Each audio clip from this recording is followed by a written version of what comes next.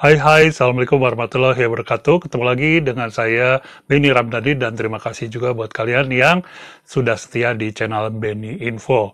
Oke semuanya, kali ini saya akan membagikan tips menulis.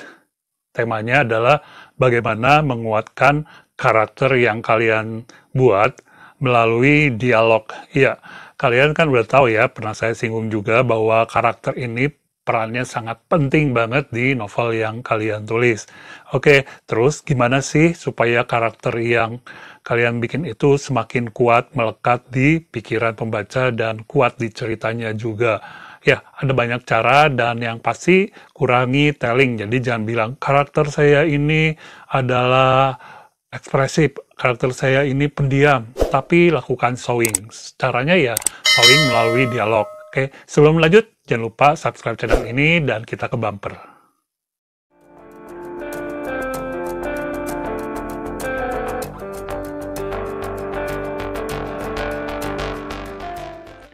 Ya, teman-teman semuanya, sebelum menulis sebuah novel, sebenarnya kalian memang sudah dan wajib membuat karakter terlebih dahulu. Karakter ini meliputi 3 dimensi yang pernah saya bahas juga, yakni adalah faktor internal. Internal itu sifatnya gitu ya, kepribadiannya. Dan yang kedua eksternal, lingkungannya, di rumahnya, di sekolahnya, di ekskulnya, keluarganya, pokoknya yang di luar dia ya, di luar diri si karakter, itu gimana harus tergambarkan dengan jelas.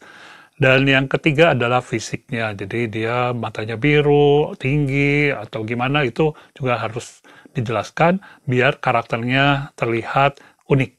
Nah, selain itu juga yang bisa kita kaji atau kita paparkan adalah cara dia berbicara. Nah, ini tertuang di dialog. Macam apa? Kita uraikan di sini.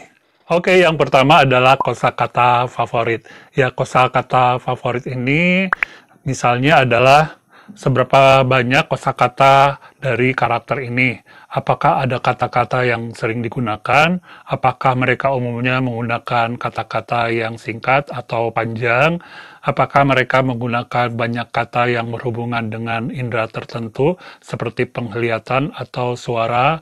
Atau berkaitan dengan pekerjaan atau hobi mereka.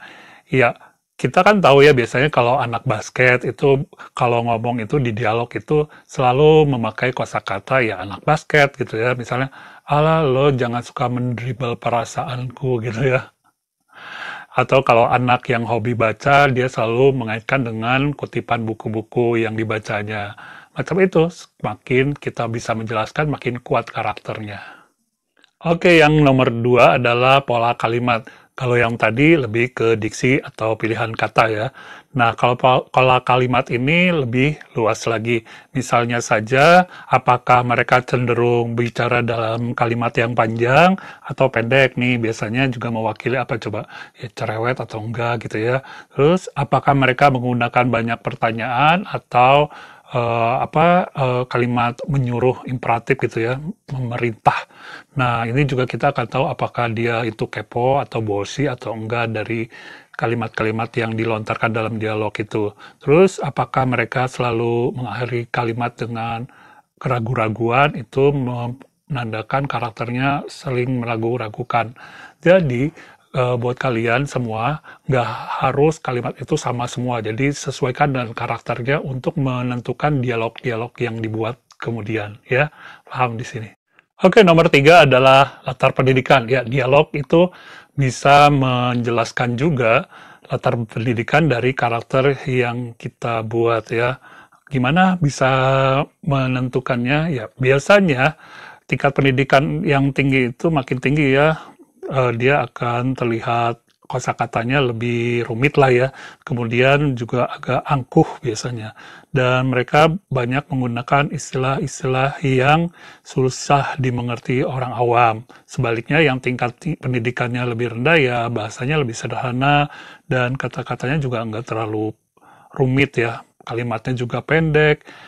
Ya, dari sini kita juga bisa menyimpulkan bahwa cenderungan orang yang latar pendidikannya tinggi itu tampak atau terbaca angkuh ya, walaupun nggak selalu harus angkuh, tapi umumnya seperti itu. Oke, semuanya paham? Oke, kita ke nomor 4, yakni budaya lokal. Nah, jika kalian ingin menggambarkan karakternya itu budaya lokalnya kuat, punya kekentalan yang sangat unik, kedaerahan tertentu, itu bisa disisipkan dalam dialog-dialognya dia ya. Misalnya Dilan tuh sering nyisip-nyisipkan bahasa Sunda. Ini untuk menggambarkan bahwa Dilan ini Sunda banget gitu ya. Jadi buat kalian yang jangan takut lah kalau misalnya mau menyisipkan beberapa kata diksi ya, bahasa daerah untuk menunjukkan dia itu misalnya orang Jawa, orang Batak, orang Manado kayak gitu. Itu wajar-wajar aja selama tidak terlalu rumit juga, nanti orang bingung ya. Sekali lagi, gunakan slang, pilihan kata, diksi ya, kosakata dan lain-lain yang sesuai dengan karakter kedaerahan atau budaya lokalnya. Oke, kita ke nomor 5. Nomor 5 adalah dialog humor. Nah, karakter-karakter tertentu mungkin akan mengeluarkan dialog-dialog humor. Tapi nggak semua karakter yang memiliki dialog humor itu berarti dia humoris. Kadang-kadang jenis humor itu menggambarkan sifat tertentu. Kalau yang benar-benar ceria, biasanya humornya seperti apa kalian pasti tahu. Kalau humor-humor yang karakternya julid, mungkin dia agak ironis, agak satir, atau humor-humor yang orangnya ya tegas gitu beda, biasanya lebih apa ya sarkas ya. Jadi tergantung juga humor-humor itu kalian akan bisa jelaskan di dalam dialog seperti apa karakter itu yang cocok, dialog humornya kayak apa gitu ya. Kalian harus tahu dan itu bisa kalian tuliskan di dialog. Oke, yang keenam adalah metafora. Nah, mungkin ada hubungannya dikit sama tadi yang nomor 1, pilihan kata. Metafor ini adalah sebenarnya nggak cuma pilihan kata, tapi lebih ke kalimat ya. Jika kalian ingin memperindah dialog-dialog, maka usahakan sisipkan gaya bahasa metafor ini. Nah, sayangnya, kadang-kadang orang lupa mengaitkan pilihan kata di dialog metafor ini dengan kesukaannya, hobinya, atau latar belakangnya. Misalnya, kamu kayak diem aja kayak anak ayam kehilangan induknya. Sementara dia backgroundnya tuh bukan pengusaha ayam misalnya. Cari yang cocok, misalnya dia seorang pengusaha buah ya. Kok kamu termenung aja kayak terong belum dipetik-petik. Nah, itu lebih cocok ya kayaknya untuk metafor. Nah, sampai di sini cukup paham, mudah-mudahan cukup paham ya. Jadi ada 6.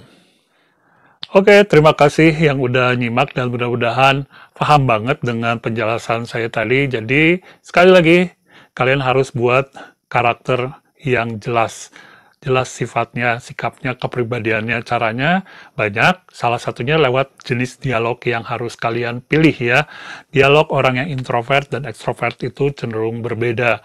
Juga misalnya yang humoris, pemarah, nah, itu beda-beda ya. Jadi kalian harus pilih dan pastikan jenis dialognya dan harus konsisten. Jangan pindah-pindah jenis dialog ya. Oke. Nah, kalian harus banyak baca, lalu juga observasi, oh teman kamu yang marah ini kalau ngomong kalimatnya pendek-pendek apa panjang-panjang justru ya cerewet. Ya, oke. Makasih yang udah subscribe channel ini, yang belum silahkan subscribe dulu channel ini. Sampai ketemu di video berikutnya. Assalamualaikum warahmatullahi wabarakatuh.